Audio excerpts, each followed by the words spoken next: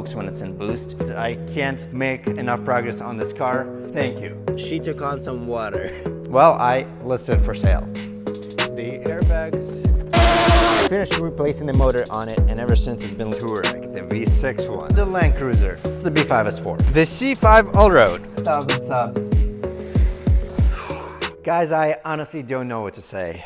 These last 4 days since my last video posted have been an insane roller coaster of emotions. In the world of Mr. Beasts and Matt Armstrongs and Tavareshes, it is pretty hard to be excited for 1,000 subscribers, but when it's something that you've wanted, something you were working towards for the last year and a half, getting to that point feels amazing. If you're new here, last Saturday I posted a video on a B8.5 S4 that I'm rebuilding, and it's not the first rebuild I've done on the channel, not even close, but it's definitely one of the more exciting cars that I have done, and well, it took off. Here we have my live subscriber count, and we're currently at 999. Now, if you're not that familiar with YouTube, why is 1,000 subscribers so important? Well, 1,000 subscribers is what gets you monetization for Google AdSense, meaning that I'm actually going to start earning some very small amount of revenue for now from the ads that YouTube puts into my videos. And you gotta understand that for the last year and a half, I was spending hundreds of hours upon hundreds of hours editing, taping,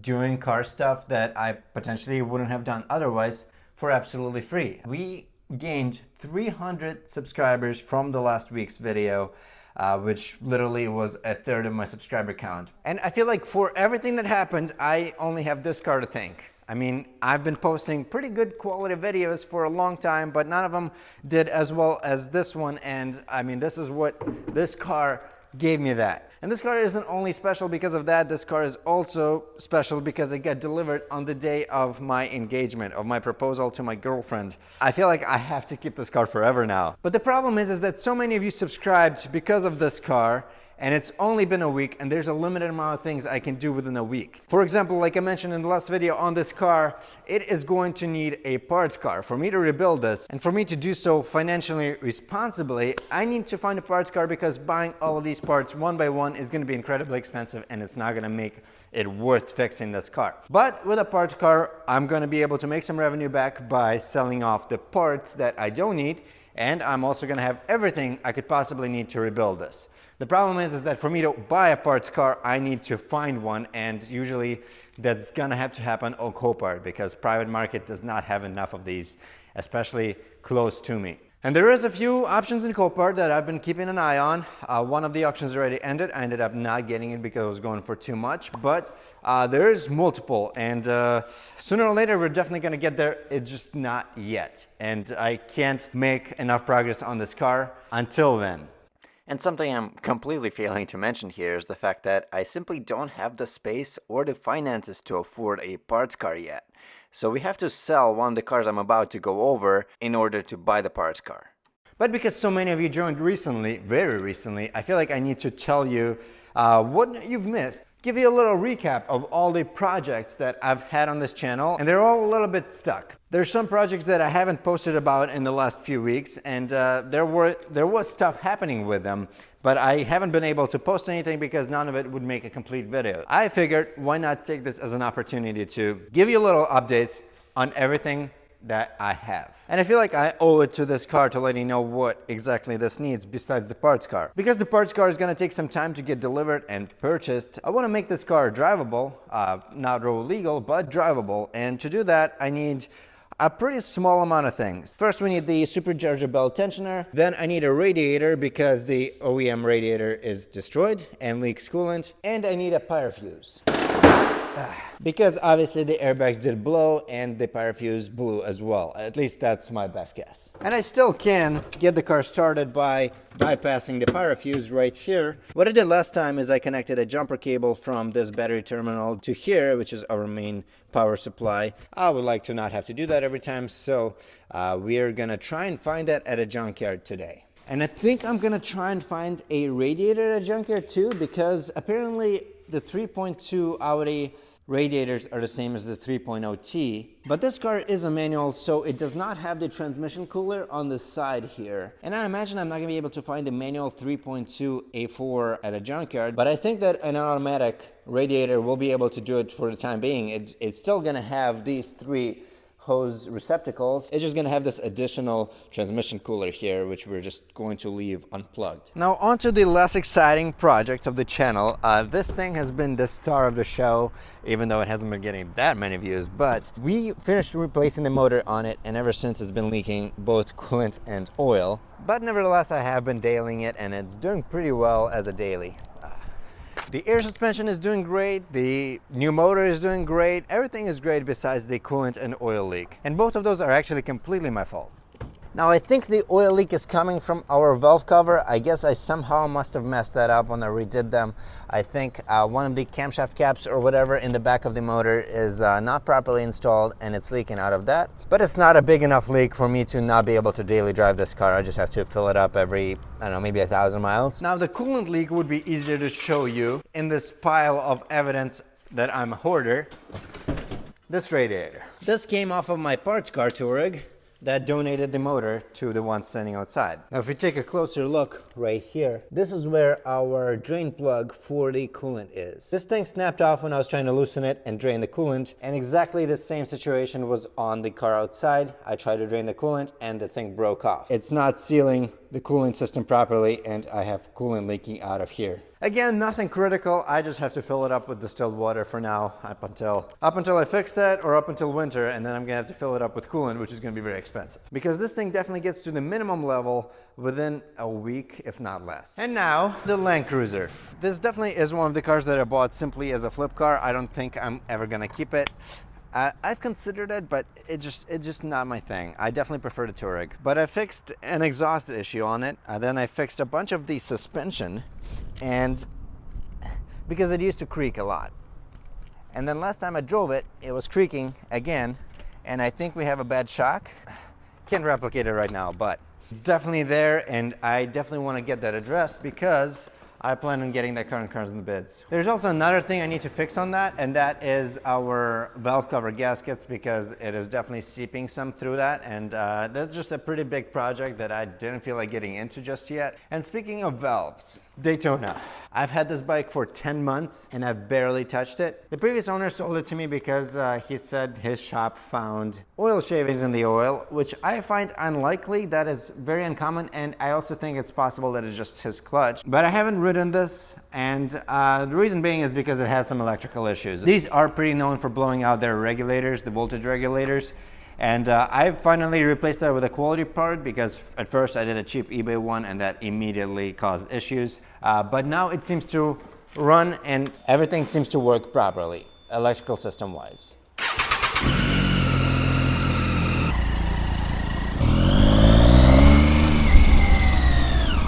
But I think there's a weird noise coming from the motor. I don't know, there's just a bit of a clicking that I normally don't hear on these 675 inline 3s, and I've had multiple of them, and I think that might just be a valve clearance issue. Potentially just have to adjust our valves, and so that's basically what we're waiting to do on this thing. And that brings us to the Volkswagen Toureg, the V6 one, the one that I rebuilt, and it came from Copart. It had a few little scares like oil pressure issue and transmission fluid leak, but all of that worked out. We rebuilt the body, and I was almost done with it when something very unexpected and very typical of a Toureg happened, and that will be electrical issues, which is why my interior is currently completely torn apart.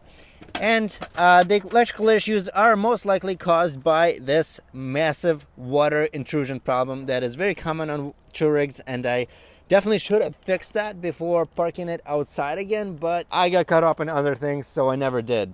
But it has been raining quite a bit here, and as you can see, she took on some water. A lot of water. So this is the cause, but it's not the issue. The issue is that my rear lights stopped working completely. And I'm pretty sure that is caused by some sort of an electrical issue somewhere, which I have not found. I've redone a bunch of connections in there that I thought could have been causing this. All the grounds are now good. Everything should be square, but for some reason, my rear lights will not work. I think I only get like one turn signal and that's it. Everything else just does not work. No brake lights, no tail lights, no turn signals, no reverse lights. It's driving me crazy. The good news, however, is the fact that this Toureg is not very valuable. So I don't have a lot of money sitting in it, and it's not that big of a deal if the sale of this gets put off.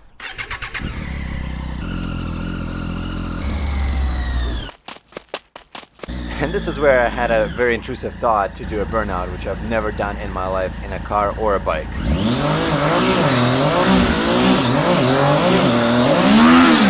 That was my very first attempt at a burnout on a bike ever.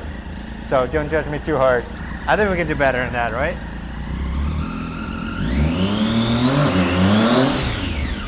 Maybe this floor is just too slippery. I don't know. And I forgot that it's not a neutral. Anyway, I'm an idiot. And what do you know? While I was recording those clips outside, we got to 1,000 subs. Guys, thank you. Thank you so much. I feel like this is such a small accomplishment in many people's eyes, but this means the absolute world to me. In fact, I feel like I now owe you a better burnout than last time. Hopefully without smacking into my wall here.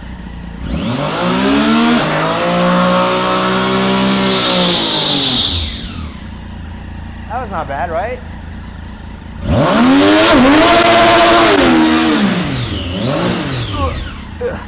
That was worse.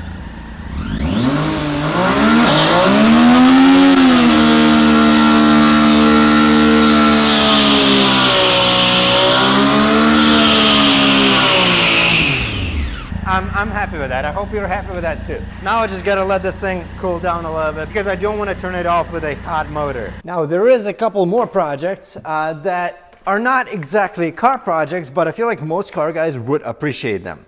And it's these guys here. We have a tire machine and a codes balancing machine, both of which I bought for 350 bucks total, which is a great deal. However, as you would imagine, something that cheap isn't going to be fully functional. And I did manage to dismount 2 tires with this thing, but I think the electric motor in the back of this that spins the tire over here was given out, or at least a part of it was giving out. So obviously I like to fix everything myself, so that's exactly what I attempted doing. And right here we have our old motor, which obviously looks very old, and here we have our new motor. The problem is that I think these two motors are wired different. I did my very best to get the closest possible thing, but I must have done something wrong. Because as you can see, we have a whole of 6 wires coming out of this motor, and there's only 2 points over here. And I did my very best to wire it up to be reversible with this switch here that also came on the machine. This is the old one. And so far I've only been able to wire it in a way that it spins in one direction. For some reason I can't figure out how to get the switch to spin this thing in opposite directions. However, I did some more research and I actually had talked to a electric motor shop, repair shop, whatever, that gave me some advice and said that these capacitors here that come in these motors, like this guy was right here under a case, these frequently go out. Because if you didn't know, electric motors are actually very reliable. Frequently it's just their little accessories that go bad, and likely that's exactly what we're dealing with here. So I had just ordered a new capacitor that should hopefully work for this application. Now there is one more vehicle left, and it's not this one. This one is actually my friend's bike, which I'm selling for him. It's the B8.5 S4. It's currently at the house and not at the shop, so I can't show it to you until I get there. But, well, I listed it for sale. And I listed it for sale pretty much as soon as I bought this car. I feel like there's no point in me owning 2 manual S4s, even though the B8.5 is extremely special and very well modified. I simply have not been using it whatsoever. It just sits. I've put maybe 500 miles on it in the last like 2 years. It's ridiculous. I don't know. The thing is that it just has some issues. It has some issues that require a lot of time. For example, the turbo seals I think they're going out, and the car smokes when it's in boost. So there's just a decent amount of oil smoke coming out of the exhaust whenever I floor it or just accelerate quickly. And basically that requires me to pull the motor. And considering the fact that I have this business to run, I can't really let myself restore or fix my personal projects, which I really should, because I am selling that car, and technically if I fix it, I will have extra funds and it's part of the business program here. But I don't know, I just haven't had the motivation, and I just don't feel like pulling the motor on it, which sucks. I definitely should, right? For some reason, I don't feel motivated enough to work on that car. I've spent so much time working on the B8.5 S4, and I've gotten it to a point where it can run and drive pretty well. It just has a few issues that are a bit too time consuming for me to focus on, because I need to be able to pay the shop's rent. This is probably the most stressful part of this, is the fact that I have a hard time affording this rent because I don't sell enough cars. A few weeks ago, I posted a video on what it's been like being a car dealer for the last 6 months. And the thing is that I don't look at myself as a car dealer. I don't want to be a car dealer. This is, I'm not a very good salesman, or I would say I'm a good salesman for the consumer. I'm a bad salesman for the business, in the sense that I'm way too honest. I'm not willing to lie to the customers. I'm not willing to cover up issues. I just spent a ton of time restoring cars that bring me not enough revenue. And I also just don't want to deal with the easy to sell cars. Cars that I buy and quickly flip within a couple of days for a couple $100 profit. It's just not enjoyable to me. I build relationships with my cars. I need that motivation of knowing that once I fix the car, I'm going to enjoy it. I'm gonna be able to drive it around for a week, a month, whatever it is, whatever I feel like driving it for. And that's just not gonna happen with the basic car dealer cars that will bring me money. Which is why it is so important to me to be able to make money from YouTube, because that allows me to do what I actually enjoy and what you guys enjoy. I do not want to be flying wheels. Somebody actually mentioned that in one of my YouTube posts recently and was asking what makes me stand out from them. I mean, I am not even trying to be like flying wheels. That is not my goal here. I would much rather be the YouTuber that's in the camp of Matt Armstrong, Tavares, and all the others. Those two are my top two for sure. And I definitely do not want to be that car flipper kind. I'm not into quick flipping, and it's hard to explain. I hope you guys are getting where I'm coming from. I forgot one car, and I can't believe I forgot about it. It is a very important one. The C5 Allroad. I can't believe I forgot to mention this, because this is actually also a car that I'm considering to keep instead of my B8.5 S4, because it has the APB and O1E transmission swap, basically the B8.5 S4 drivetrain, that I'm a huge fan of, and it's a wagon, which I'm also a huge fan of. So I definitely think I'm going to keep this. I don't know. But see, the thing is that I can't daily drive the B8.5 S4. I can't daily drive the B8.5 S4 because it has no heat, it has no AC, and I got spoiled by daily driving our B8.5 DSG car, so I feel the need to daily something a little newer, like 2010 plus. He said while he's dailying the 2004 Toureg. I don't know what's going on, honestly. It's just, I make no fucking sense. But the status with this car is the fact that it has a very, very bad oil leak. I think it's coming from the valve cover gasket, yet again, surprise, surprise. And the leak is bad enough to the point that there's a bunch of smoke being built up in the engine bay, and that gets sucked into the cabin air filter in here, meaning that the cabin fills up with smoke if you drive it. Basically, as you guys can see, I am flooded with projects here. Flooded. I should probably change my business model a little bit and focus on one car at a time, but you know how it is. You go on Facebook Marketplace, you find an awesome deal, and you just know that you cannot let that slide away.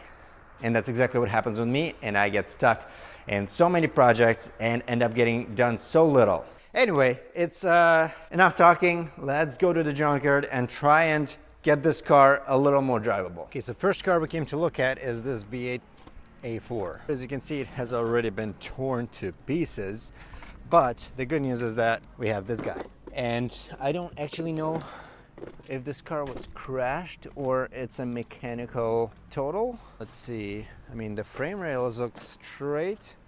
The airbags do not look ignited. Speaking of airbags, we do need a curtain airbag, but I think this one was very poorly removed and probably not worth. There we go. Okay, part number one acquired. However, not tested. I wonder if I can just check for continuity when I get back to the shop between these two nuts. That should probably give us an answer. So here's a B8.5 with a 3.2, and I'm not entirely sure if this would actually work on a B8. Based on this fitment chart for a radiator of a CP Euro, the only 3.2 radiators that will work on the B8.5 S4 are the 3.2 B8 A4s. Regardless, doesn't really matter because this one got damaged. Let's see what else they have here.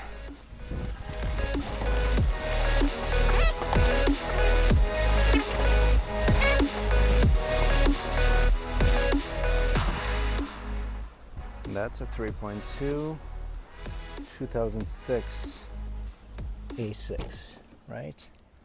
Honestly, screw it. I don't see why not try and use this thing, because in reality, I don't care if it actually fits. I just need the hoses to slide on, because I'm not even going to have the radiator support on just yet. I just need something to hold the coolant, or probably just the distilled water, because I'm not going to be wasting coolant on this.